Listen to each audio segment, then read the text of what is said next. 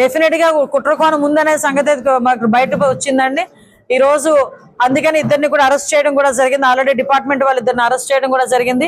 ఏదైతే పడవలు అక్కడ కొట్టుకుని వచ్చినాయి అని చెప్తున్నారో అవి ఇంతకు ముందే అవి అక్కడ చేరుకోవటం, అదే విధంగా వాటికి యాక్చువల్ గా 32 టన్స్ బరువు ఉన్న ఒక్కొక్క పడవ అది. ఆ 32 టన్స్ ఉన్న పడవలు 3 లింక్స్ కట్టి, యాక్చువల్ గా అయితే పడవలు ఏం చేస్తారంటే ఒడ్డుకి కట్టుతారు. దీనికి 32 టన్స్ ఉన్న బరువు ఉన్న పడవకైతే లింక్స్ పెడతారు, ఇనుప లింక్స్ పెడతారు.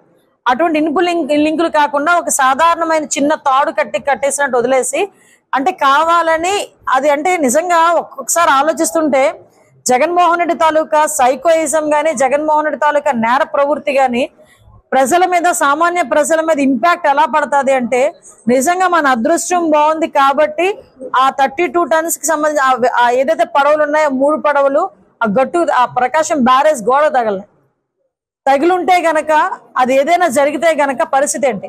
అప్పటికి 11 లక్షల క్యూసెక్స్ వాటర్ ఉంది, 11.4 క్యూసెక్స్ వాటర్ ఉంది. పరిస్థితి ఎలా ఉండేది అంటే, ఇప్పుడున్న చంద్రబాబు నాయుడు గారిని బదనాం చేయడానికి, ఎన్డీఏ గవర్నమెంట్ ని బదనాం చేయడానికి, వాళ్ళ స్వార్థం గురించి ప్రజల ప్రాణాలని కూడా సైతం లెక్క చేయకుండా, ప్రజల ప్రాణాలని కూడా పణంగా పెట్టి వాళ్ళ తాలూకా దాహార్తిని తీర్చుకుంటున్నారంటే, ఒక్కసారి ఇలాంటి మనుషులకు సమాజంలో ఉండటం అన్నది అర్హత ఉందా లేదా అన్నది ప్రజలందరూ కూడా అర్థం చేసుకోవాల్సిన అవసరం ఉంది. దీని మీద సమగ్ర విచారణ జరుగుతుంది. ఆల్రెడీ ఇద్దరిని అరెస్ట్ చేయడం జరిగింది. ఇంకా ఇందులో ఎంతమంది బాధ్యులు ఉన్నారో వాళ్ళందరినీ కూడా అరెస్ట్ చేయడం జరుగుతుంది.